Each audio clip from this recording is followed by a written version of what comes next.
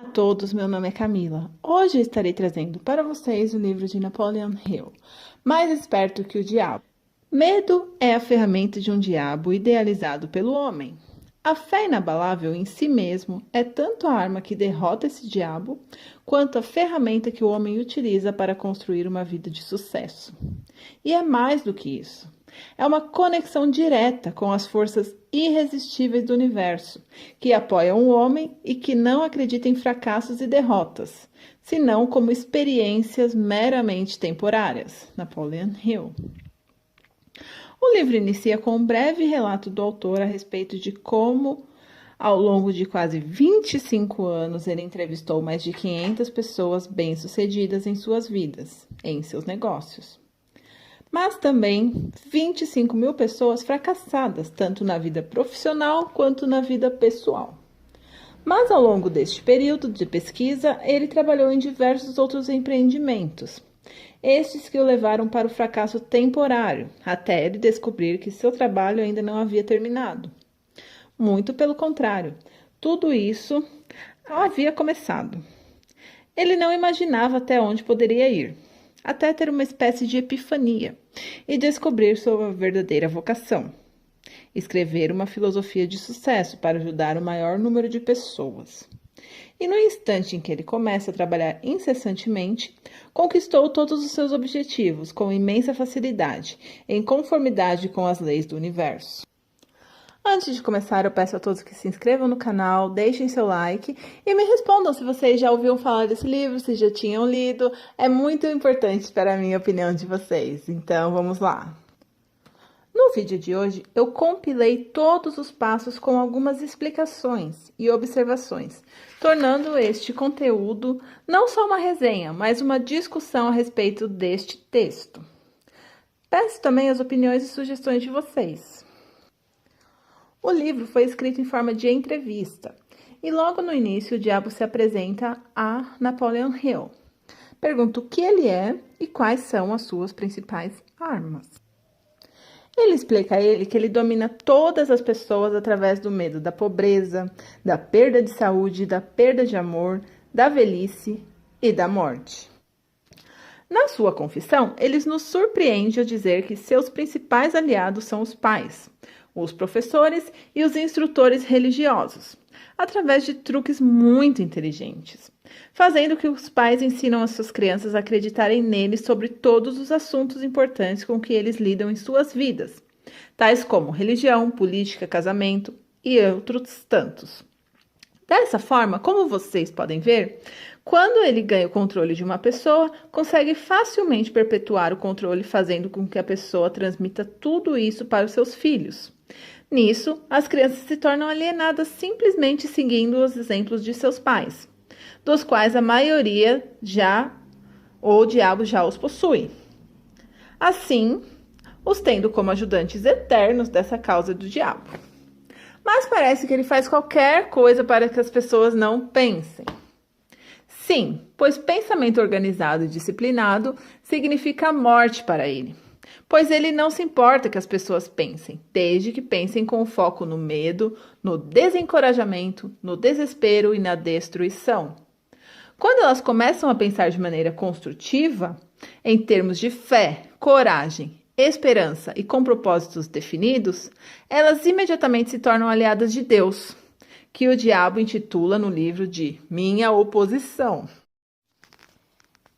No instante em que o diabo se apresenta, quando Napoleão Hill pergunta o que ele é de verdade, ele lhe diz: como eu havia lhe dito, eu sou a porção negativa do elétron da matéria, eu sou a explosão do raio, sou a dor na doença e o sofrimento físico, sou o general que não é visto na guerra, eu sou o agente desconhecido da pobreza e da fome, eu sou o executor na pena de morte, eu sou o inspirador do desejo na carne, sou o criador da inveja, da ganância e do ciúme, sou o instigador do medo, eu sou o gênio que converte as realizações do homem da ciência em instrumentos de morte, eu sou o destruidor da harmonia em todas as formas de relações humanas, sou a antítese da justiça, eu sou a força propulsora de toda a imoralidade, eu sou o obstáculo para tudo o que é bom, Eu sou a ansiedade, o suspense, a superstição e a insanidade.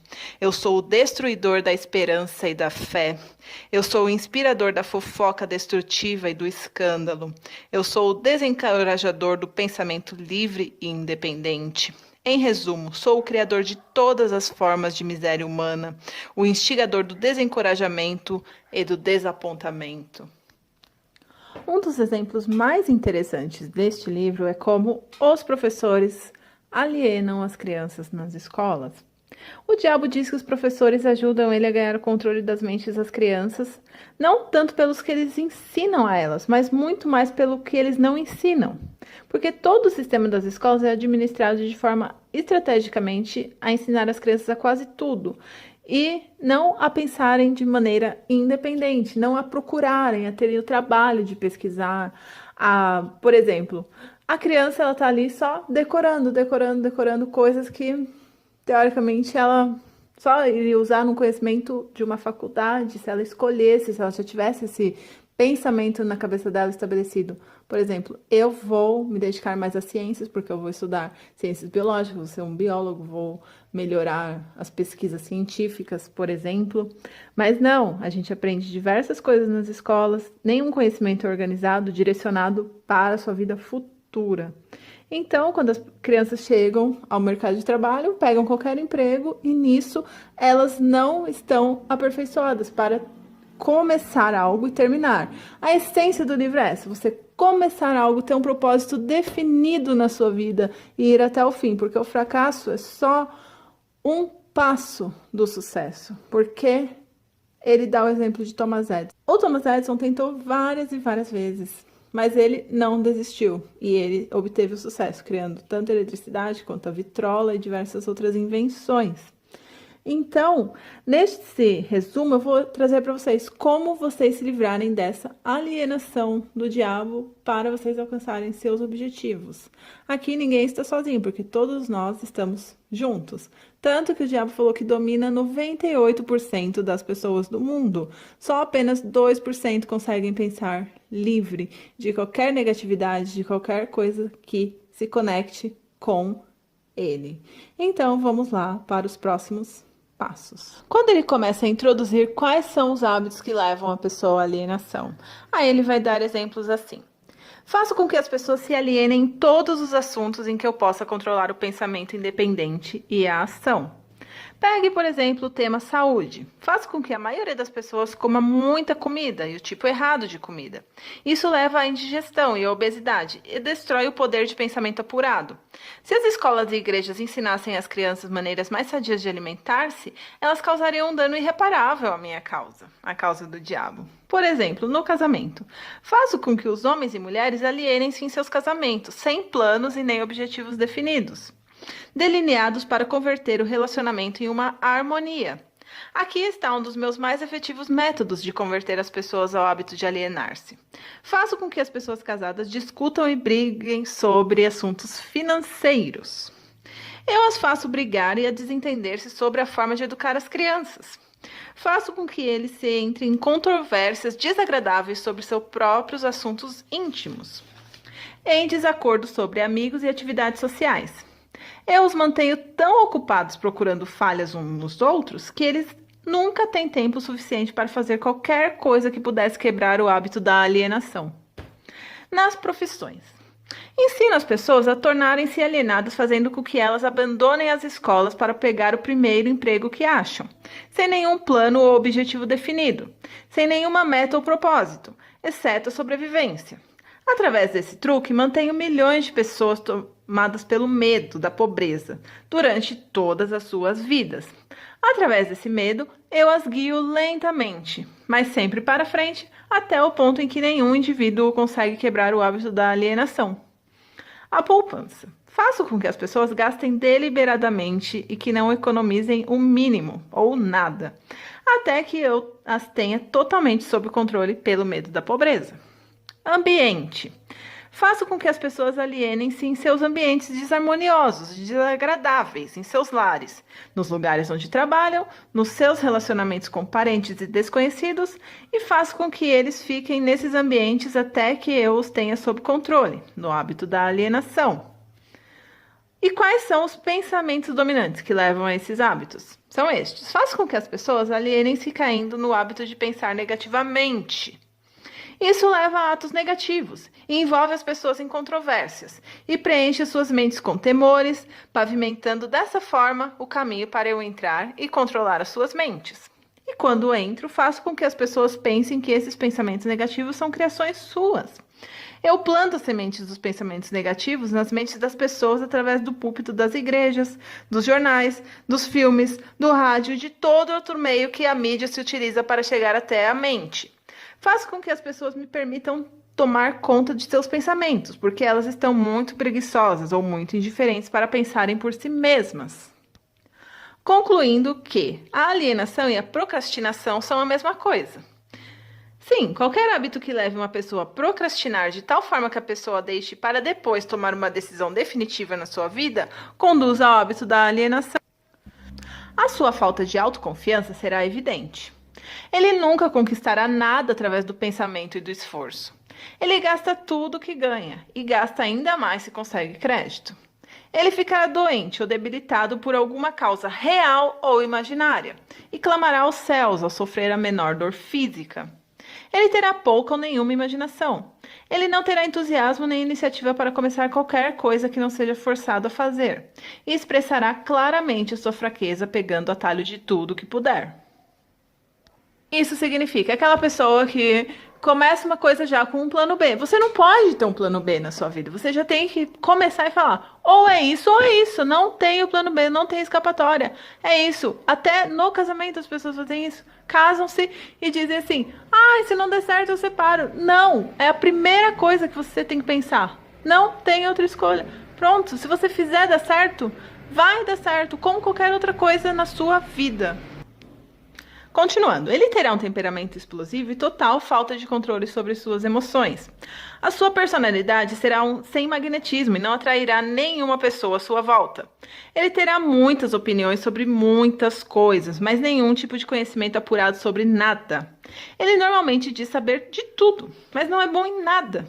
Ele se negará a cooperar com aqueles que estão à sua volta, mesmo aqueles que possam depender de seu trabalho para comida e abrigo. Ele cometerá os mesmos erros, várias e várias vezes, nunca tirando proveito do fracasso. Ele terá uma mente limitada e intolerante em todos os aspectos, sempre pronto a crucificar todos aqueles que estiverem em desacordo com ele. Ele esperará tudo dos outros, mas estará disposto a dar pouco ou nada em troca.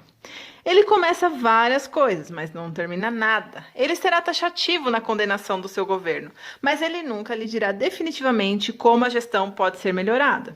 Ele nunca tomará decisões sobre nada, se puder evitá-las, e se for forçado a decidir, tem grande possibilidade de que ele reverta suas decisões na primeira oportunidade. Muda de ideia como muda de roupa.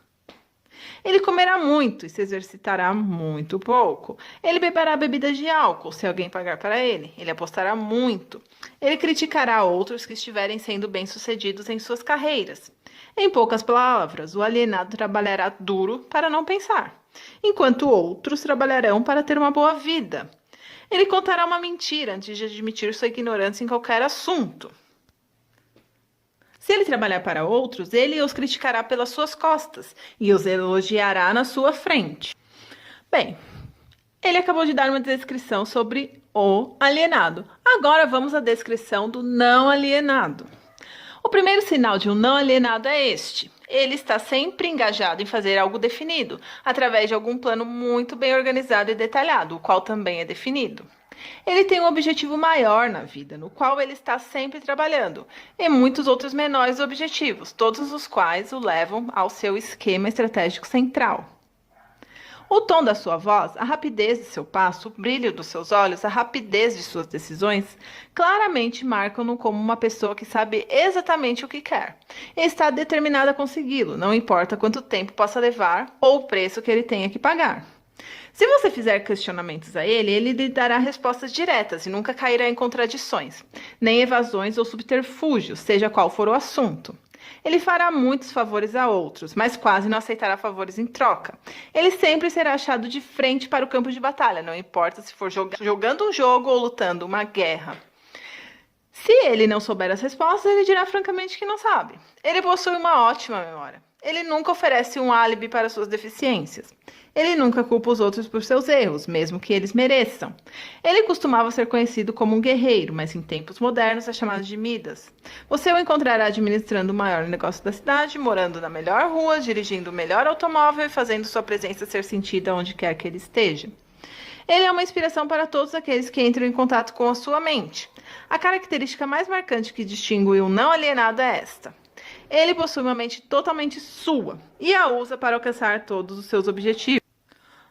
Quando Napoleão Hill pergunta que tipo de mensagem curta você mandaria para um típico alienado, se você por acaso o encontrasse e desejasse curá-lo deste hábito diabólico, eu o aconselharia a acordar e dar. Dar o quê? Alguma forma de serviço útil para o máximo possível de pessoas. Então, o não alienado supostamente deve dar? Sim, é isso que é esperado dele e ele deve dar antes de receber. Ao continuar a confissão, ele diz: estou fazendo perguntas e você está respondendo. Vá em frente agora e confesse, porque você não tem poderes suficientes para me parar de fazer confessar. Quero que a sua confissão para ajudar a confortar todas as suas vítimas, as quais eu intenciono libertar de seu controle no exato momento em que elas lerem a sua confissão. Eu estou sem poderes para influenciar ou controlar você, simplesmente porque você encontrou o principal segredo do meu reino. Você sabe que existe somente na mente das pessoas que possuem medos. Você sabe que controla somente os alienados, que se negam a usar suas próprias mentes.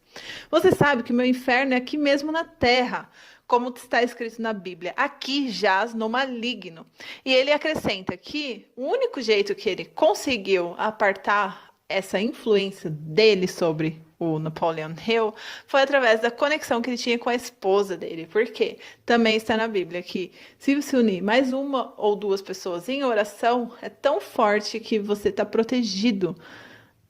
No outro livro dele, ele fala isso, que é o Mastermind, que é uma explicação mais longa, que seria para o próximo livro.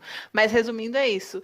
Quase todas as coisas estão na Bíblia. Se você se apegar a ler o Sermão da Montanha, que é uma dica que eu dou para todo mundo, tá tudo escrito lá, todas as instruções de como você viver uma vida plena, uma vida ao lado de Deus, porque você também está na Bíblia isso. Você não pode servir a dois senhores. Porque um vai se sentir desagradado e o outro não vai se sentir totalmente satisfeito. Então, se você escolher um lado, jogue do lado que você escolheu. Um dos seus outros grandes truques é a propaganda. Ele mistura as propagandas com as notícias do mundo.